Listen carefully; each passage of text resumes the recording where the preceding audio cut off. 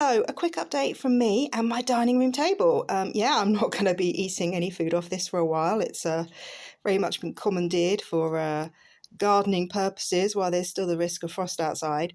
So, just look at my broad beans. What's amazing to me is my last post, I think, was 4 or 5 days ago. Already, they've visibly grown in this time so much. And the weather's been kind of hit and miss here, so quite dull actually.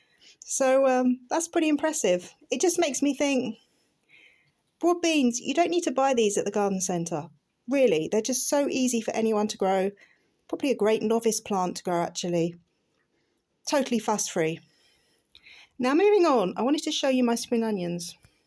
So if I zoom in, can you see? Right at the back there, I just discovered these when I came home from work last night. Look at that. They're germinating. So exciting.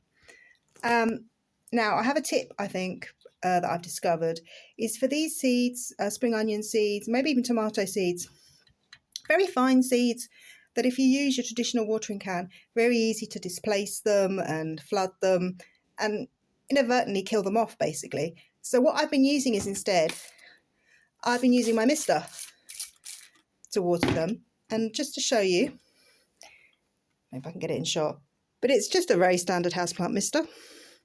And it's doing the job. It's keeping them nice and moist. And yeah, because it's that fine spray, it's not displacing the seeds. And then finally, if I move on, yeah, they still look dead.